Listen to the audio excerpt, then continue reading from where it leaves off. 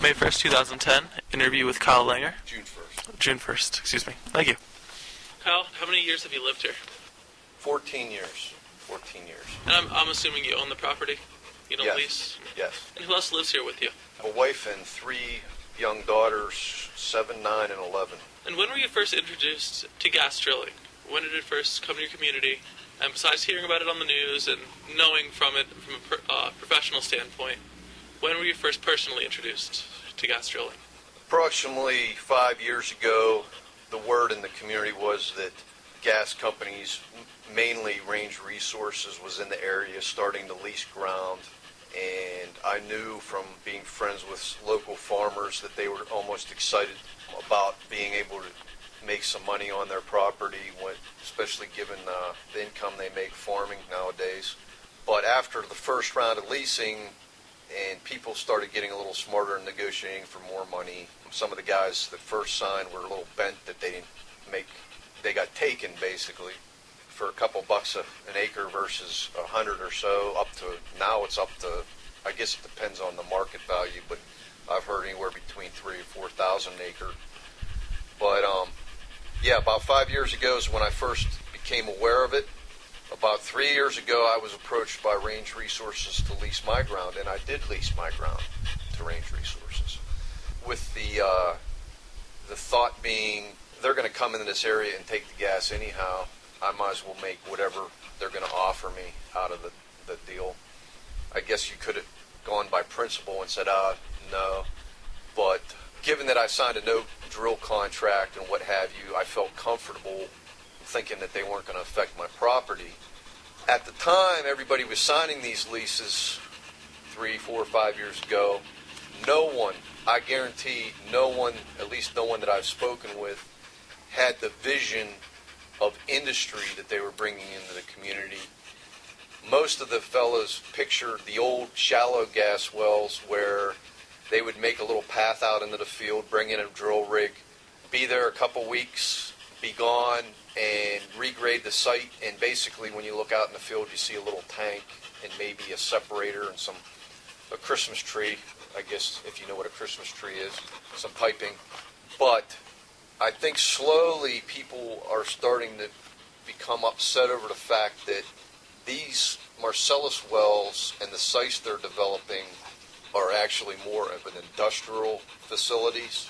The sites are never reclaimed anywhere near what the original contour or topography was. And they're taking out large sections of woods and slowly ruining the countryside out here, which is why a lot of people live here, because they enjoyed the atmosphere of the area, which is slowly going to be taken away, especially with compressor stations going in. There's a compressor station 2 miles from here that I hear loud as can be when they blow the lines out and what have you. Basically, for about the last 3 years, my life's been unsettled from hearing drilling rigs, losing many, many nights of sleep because of fracking and drilling. So I haven't been real happy about that aspect of it. And there again, had I known 3 or 4 years ago what I know now as far as seeing what they're doing, as far as bringing the industry in, I don't know that I would have signed a lease for, the few bucks that I got for it. I've gone to some community meetings, and the bottom line is the farmers, I call them farmers, people with large tracts of land, 100 or so acres, are pretty excited about all this because they're making a lot of money, or have the potential to make a lot of money. People with small tracts of land, an acre, 2 acres, 10 acres, 20 acres, aren't ever going to see that kind of money. And most of the reason those people have lived out in this community is because they like the country atmosphere, which is slowly being taken away from them. I know there's some people on out the road here that basically Range Resources came in to a residential area, put in like a cluster well site. They've been there for years, at least 2 or 3 years now.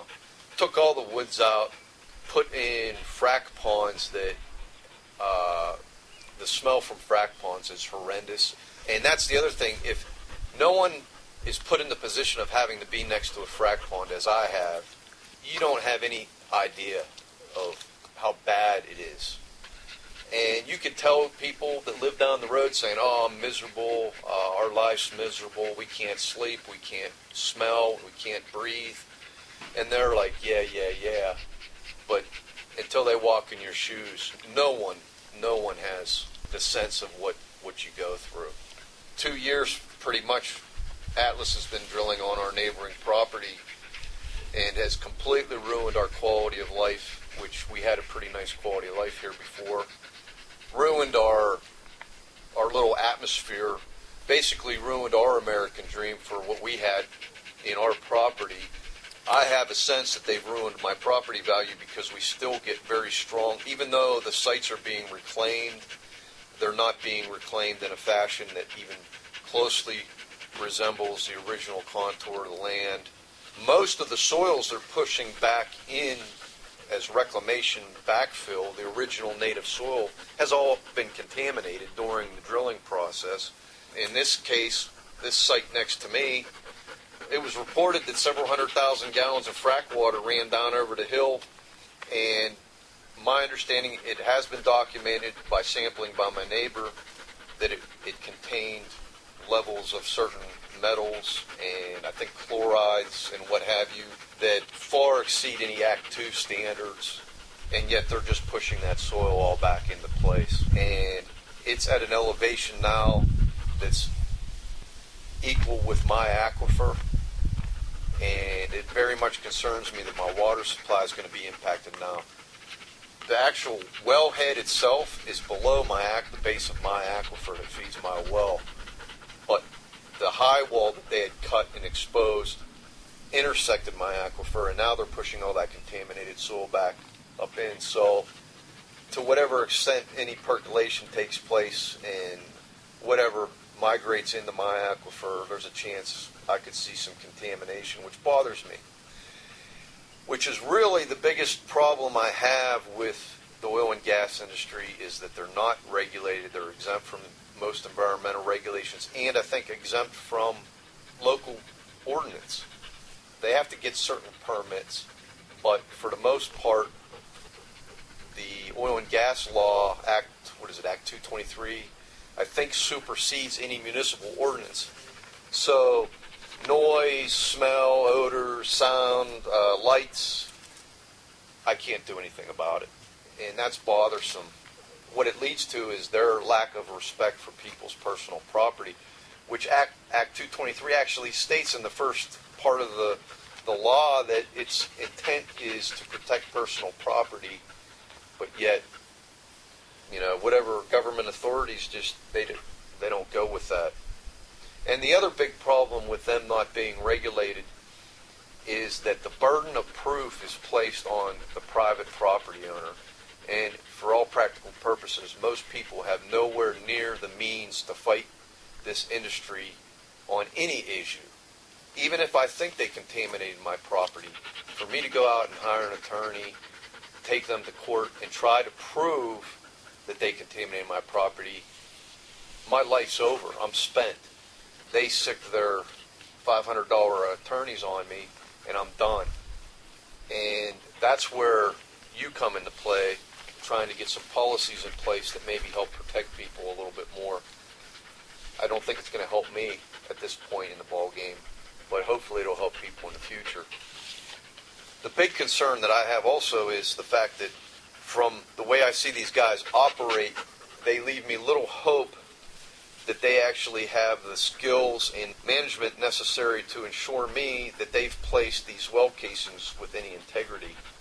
The way I look at it is there's a lot of pressure trying to push up out of the ground, and if those things aren't 100%, and DEP and all these government authorities, they can try to tell me that there's no evidence of failure anywhere and this and that, but they said the same thing about BP about 2 months ago. Before now they're trying to cover their own butts. It's just there's so much money involved. You can't fight it. So the only way to do it is get policies in place that help protect people. Groundwater contamination is the big picture. I'm sure over the next few decades we'll start to see more and more cases of some serious groundwater Has your background as a hydrogeologist given you a little more insight into these issues? I would hope so.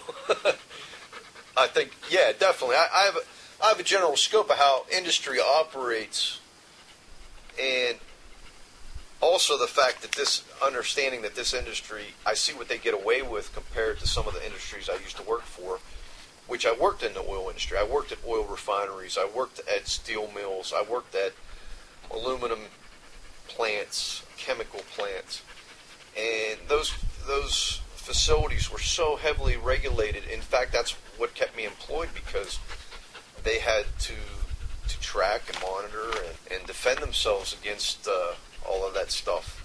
And these guys, the oil and gas industry, they do whatever they want.